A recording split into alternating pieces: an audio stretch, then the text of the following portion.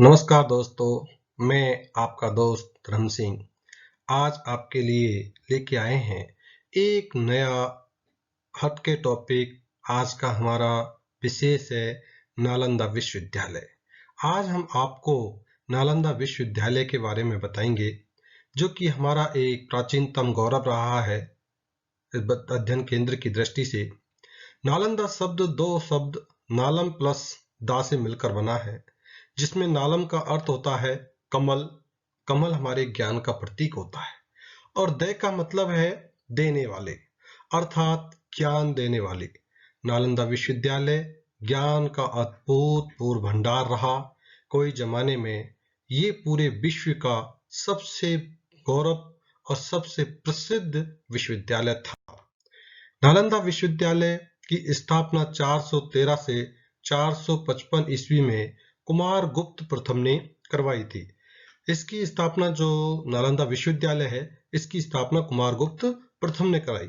गुप्त काल था वो भारतीय इतिहास का स्वर्ण काल के नाम से जाना जाता है और स्वर्ण काल गुप्त काल को माना जाता है।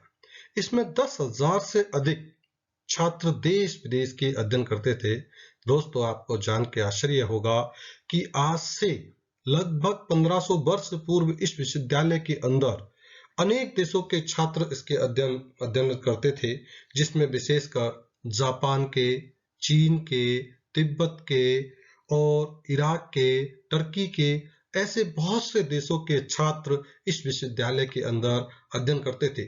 उस समय इसमें 10,000 से अधिक छात्र देश और विदेश के अध्ययन करते थे। उस समय के सबसे बड़ा विश्वविद्यालय हमारा नालंदा विश्वविद्यालय था। इन छात्रों को पढ़ाने के लिए लगभग 1500 अध्यापक थे। 10,000 छात्रों को पढ़ाने के लिए इस विश्वविद्यालय में 1500 से अधिक अध्यापक जो है पढ़ाने का कार्य करते थे। पढ़ाने वाले में प्रसिद्ध अध्यापक थे नागार्जुन, शीलभद्र, चंद्रपाल, गुणमती। ये प्रख्यात अध्यापक थे उस जमाने के, जो इस नालंदा विश्वविद्यालय में पढ़ाने का कार्य करते थे। नालंदा विश्वविद्यालय वर्तमान के बिहार राज्य में पटना से 95 किलोमीटर दूर है। अभी जो ये नालंदा विश्वविद्यालय है वो खंडहर अवस्था में है दोस्तों, परंतु ये बिहार के अंदर जो पटना है वहां से 95 किलोमीटर दूर स्थित है। नालंदा विश्वविद्यालय में एक परंपरा होती थी कि वहां पर पढ़ने वाले जिस विद्यार्थी की कोई मनोकामना पूर्ण हो जाती थी तो वहीं उसका स्तूप का निर्माण करवा देता था। नालंदा विश्वविद्यालय में निःशुल्क आवासीय शिक्षण व्यवस्था थी। नालंदा विश्वविद्यालय में अगर किसी का एक बार प्रवेश हो जाता था तो उसका पढ़ने का, रहने का और खाने का किसी तरह का कोई भी एक भी पैसा नहीं लगता था।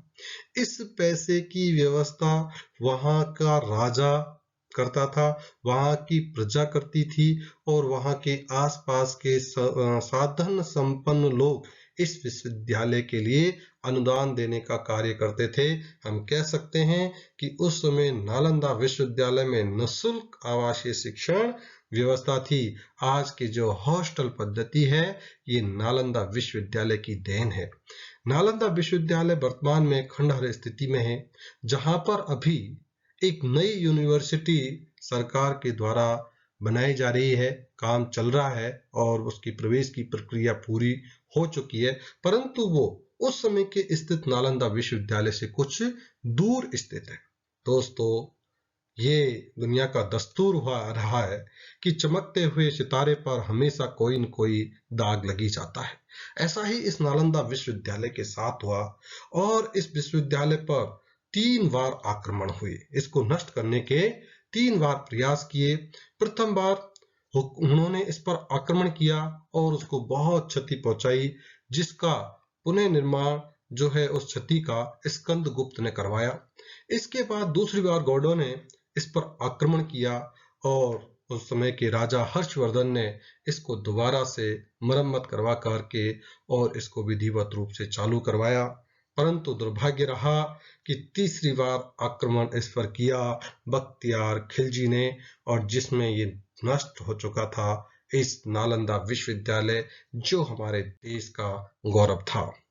नालंदा विश्वविद्यालय में 5वीं से 12वीं सदी तक का अध्ययन का प्रमुख केंद्र बना रहा। यानी 5वीं सदी से लेकर के और 12वीं सदी तक नालंदा विश्वविद्यालय सात सदियों तक अध्ययन का प्रमुख केंद्र बना रहा। गुरु शिष्य की परंपरा इसी विश्वविद्यालय की थी। जो गुरु शिष्य की जो परंपरा का शुरुआत मानी जाती है वो नालंदा विश्वविद्यालय से मानी जाती है। यह संभवतः दुनिया का पहला आवासीय विश्वविद्यालय जिसमें 300 कक्ष आवास के लिए थे। एक कक्ष में 2 से अधिक छात्र इसमें रहा करते थे। कक्ष के अंदर ही एक आला होता था। रोशनी के लिए उस आले के अंदर दिए रखने की व्यवस्था हुआ करती थी। तो आज से 1500 साल पहले आवासीय विश्वविद्यालय का नालंदा चला करता था। इसकी खोज अलेक्जेंडर कनिंघम की, क्योंकि वहां पर जब बड़े बड़े टीबे दिखे तो जो अलेक्जेंडर कनिंघम थे इसने खोज की शुरुआत वहां पर खुदाई शुरू करी और उस खुदाई में नालंदा विश्वविद्यालय के अवशेष प्राप्त हुए।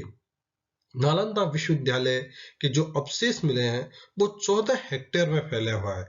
यानी उस समय का जो नालंदा विश्वविद्यालय था वो लगभग 14 हेक्टेयर एरिया में फैला हुआ था।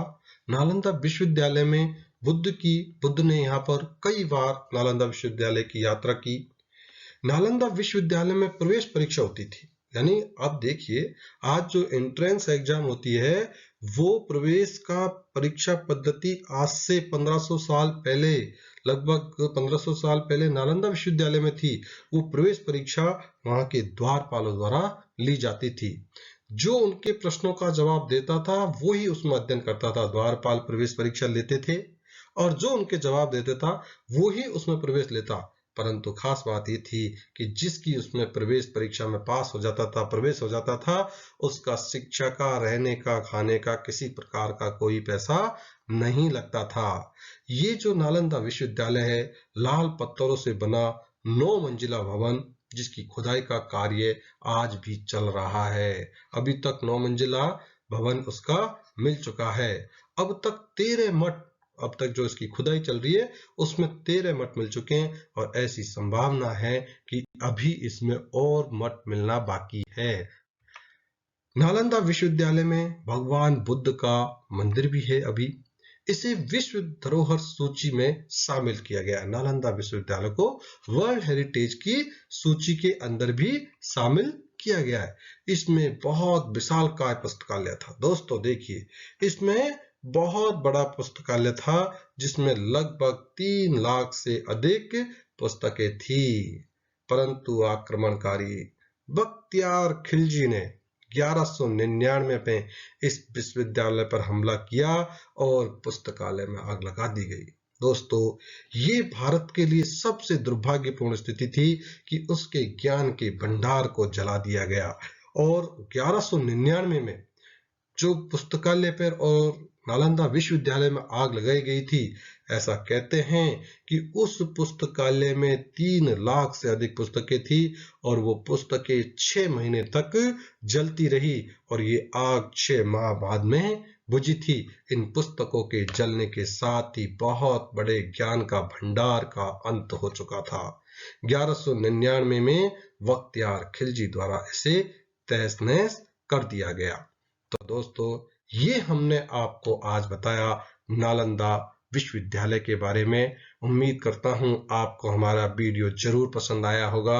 अगर पसंद आया है तो अपने लाइक जरूर कीजिएगा और अपने दोस्तों को शेयर कीजिएगा।